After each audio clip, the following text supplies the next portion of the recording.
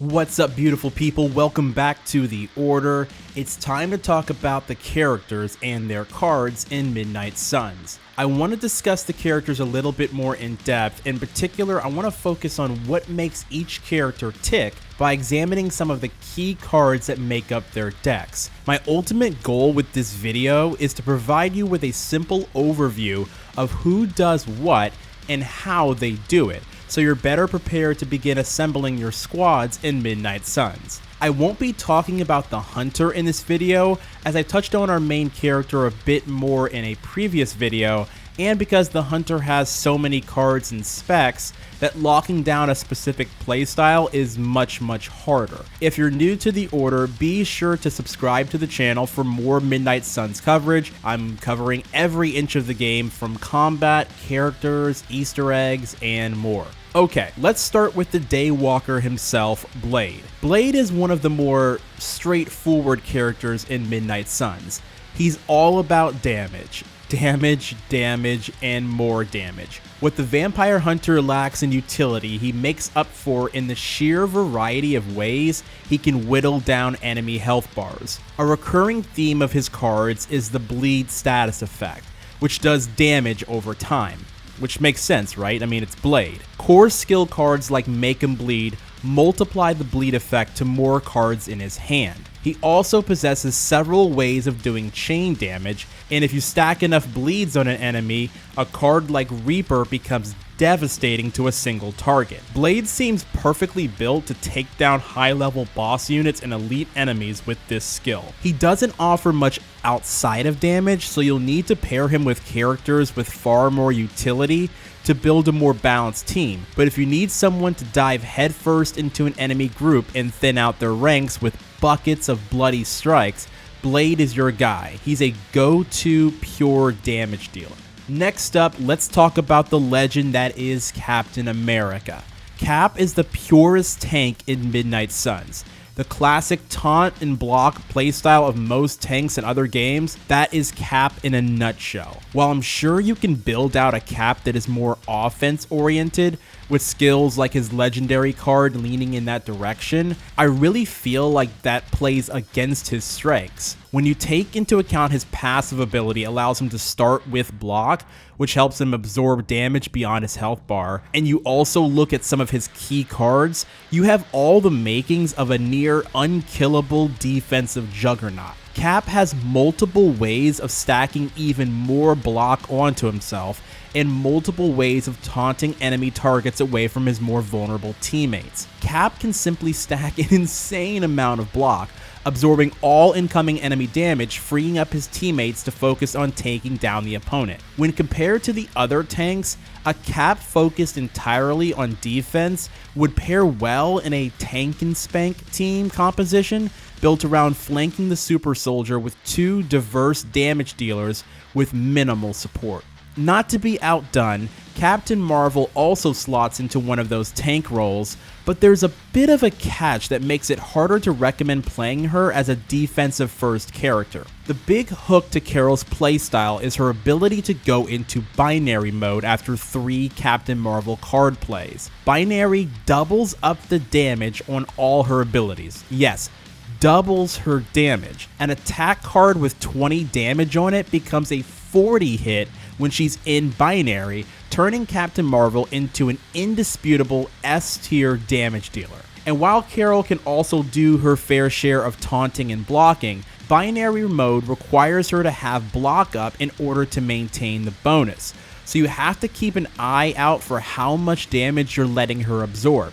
Because of this, it's actually counterintuitive to treat Captain Marvel like a pure tank, and instead as an offensive first frontliner who can keep an enemy or two at bay and away from a weaker ally. One step ahead is as essential as it gets in a Carol deck. Getting into binary requires 3 Captain Marvel card plays, so getting this one early will help you get binary much more quickly, bringing out her best. Cards like Photon Beam have massive damage potential, but do cost heroism, so keep that in mind. And a card like Regroup feels incredibly necessary in helping maintain that precious block for binary. In terms of strategy, I think Carol will work best with at least one support character to aid in damage mitigation, since that's really not what she does best, and another damage character to help decimate enemy teams. A pairing of Captain Marvel and Doctor Strange would make for an insane combination. Speaking of Strange, let's talk about the Sorcerer Supreme, and whoo boy, is there a lot to love with this guy. Strange is quite possibly the safest character to use in Midnight Suns. What I mean by that is you can basically plug him in anywhere, and all he's going to do is make that team better. The guy has buffs and utility for days, restoring precious combat items and adding additional redraws to the team via Astral Meditation, buffing the attacks in your hand with Blessing of the Vishanti, cards that can provide Resist, which will prevent damage from the next attack, or add Concealed, which will hide allies from being targeted. The guy can even add more card plays on a turn. That's just ridiculous. He's just so beneficial to have, and that's without even taking into account his game-changing passive ability that allows him a chance to generate heroism on every turn. It's really hard to peg down an ideal team comp for Strange, since honestly, what team can't he slide into? You'll definitely need to keep him upright through a tank or someone with decent damage mitigation. Ghost Rider is next up, and he's a fascinating character in that he's got a bit of a risk-reward playstyle that you'll have to work around. The key thing to take note of is that many of his core ability cards have some sort of negative effect or take a bit of health off of him, meaning you'll have to consider the risk with the reward, or have a way of strategically compensating for it. Getting KOs with Ghost Rider is the key to his passive ability Soul Collector, which allows him to generate the health recovering heroic card Drained Soul, but even that comes with its own downside in the form of ever increasing heroism costs. That being said, Ghost Rider possesses some nasty ways of dishing out damage, like with Hell Ride, and his ability to create drops, which allows him to knock enemies into a portal that can instantly kill them, are wild skills to say the least. Ghost Rider figures to pair well with someone like Blade, who can whittle down enemy health with his bleed heavy attacks, allowing Ghost Rider to finish them off for those clutch Soul Collector KOs. A dash of healing and support like Nico, Doctor Strange, or a Light Hunter can also soften the blow of some of his card costs. If you can find the right group, his high-end damage output is amongst the best in Midnight Suns. On to the armored Avenger himself, Iron Man. And there really isn't anything Tony Stark can't do. His signature card mechanic involves the use of your team's redraws to buff his attacks or add additional effects to his abilities. But with the card Leave It to Me, you gain the ability to add additional Iron Man cards and redraws on a turn, making it a requirement for any build. But Tony's not completely selfish. Cards like New Plan, which doubles your current heroism, and Mark Target can benefit the whole team, making Iron Man the kind of damage-focused character who brings a ton of utility to the team. Iron Man can be plugged into just about any damage-dealing slot, bearing in mind that you'll have to use up many of your team's redraws to get the most out of him. Having a support character nearby like Doctor Strange, who can buff his attacks and add redraws and card plays, would be a particularly nasty duo, but Tony truly is a man of the people. Use him everywhere. Magik is the queen of portals and has one of the most unique characteristics in the game. Her ability to zip enemies through her portals, colliding them into other enemies or environments, allows her to do more with less, as she can potentially impact more enemies with one card play than most of the other characters. Her central playstyle revolves around generating portals with Limbo, which with the free indicator means it won't cost you a card play to set up, then using her knockback attacks to send enemies flying wherever she wants them to land. Smart portal placement is the key with Magik, as you'll want to size up the most devastating landing spot possible. And if you play your cards right, an unfortunate pun I can't help but making, I can't believe it took me this many videos to say play your cards right, insane. Anywho, if you play your cards right and utilize her quick soul strike with a portal, you could potentially damage or eliminate multiple enemies without costing you a single card play. That's what we call good turn efficiency. Her core heroic abilities further emphasize her strong damage, strong control vibe, with cards like Gather allowing her to do AoE damage while relocating enemies to a preferred spot. And just like Ghost Rider, she possesses the ability to create drop points to knock back enemies into for potential KOs. An outstanding damage-focused control hybrid, Magik is a bit more situational than most, since you truly have to think through her attacks more than others. A pairing with her and her fellow mutant Wanda, Scarlet Witch, could lead to a damage control combination of epic proportions, especially with a tank around to keep them out of harm's way.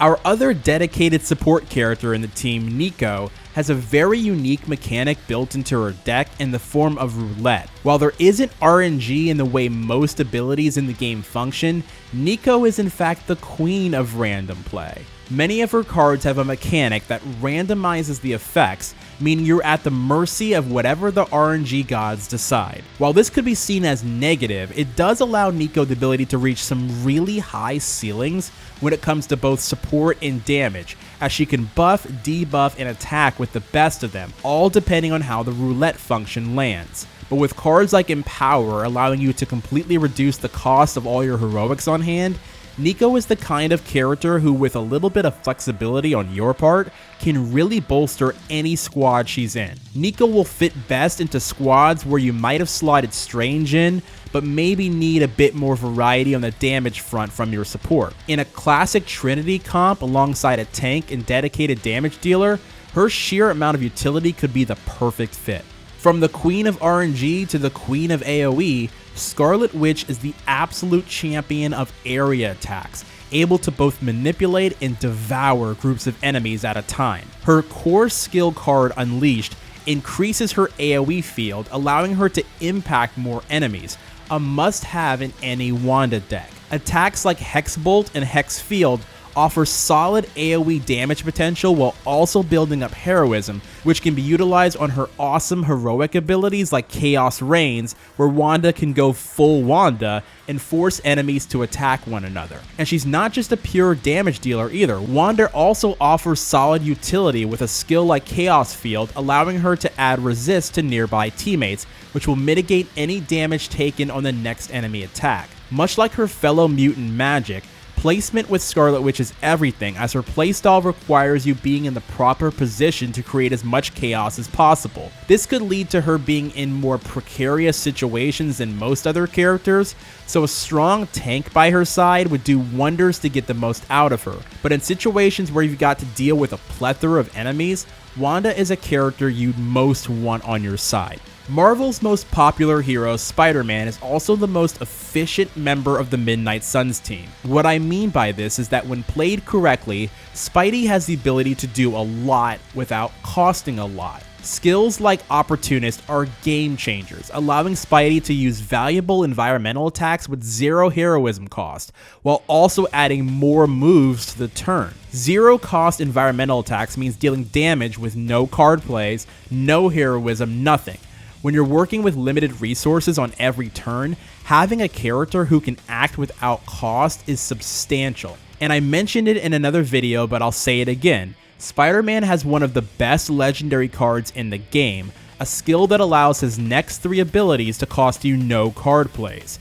Considering how invaluable every card play is in a given turn, having someone on your team who can play cards freely like this is a huge boost to most teams. Oh, and he also has one of the coolest crowd control skills in the game that not only prevents a target from moving, but also removes protection, which is low-key insanely valuable on high-level missions. I feel like Spider-Man is a sneaky S-tier character. He can do such a wide variety of damage with little to no cost, allowing you to spend card plays, heroism, and redraws on your other squad mates. He's not going to be your go-to number 1 damage dealer on a team, but for fill damage and unique utility, the Wallcrawler is just such a valuable member of the Midnight Suns. Last but certainly not least, I've talked about him before in previous videos, but I'll say it again for the people in the back. Wolverine is dope. Logan is a tank character with excellent melee chain attack skills, capable of punishing anyone who tries to step to him. When it comes to effectively serving as both an excellent damage mitigator for his team and excellent damage dealer, you won't find anyone better. His ability to taunt nearby enemies and apply counter means he'll do instant damage to those taunted enemies upon attack. While he doesn't have the ability to absorb damage through block like Captain America, skills like Eviscerate apply lifesteal, giving him health back for all the damage he inflicts, and skills like Rapid Healing provide him with a nice way of instantly gaining back a significant amount of health in emergencies. Oh, and speaking of an emergency, Wolverine has his own revive card baked into his deck, helping him leap right back into the action if downed. Wolverine is right up there with Doctor Strange in terms of the safest characters to plug and play with in Midnight Suns. He can serve as the primary tank for really any group, all while providing excellent damage dealing of his own. He really is the best there is at what he does. That covers most of the basics and core cards for all the main heroes in Midnight Suns. Again, I hope this video provided you with a nice quick overview for how each character functions and what their abilities bring to the table. If you found this video helpful at all, please give it a like and let me know what you'd like to see me cover in more post-launch videos and beyond. And be sure to subscribe to the channel for more Midnight Suns news, updates, and insight. Until next time, have a good one.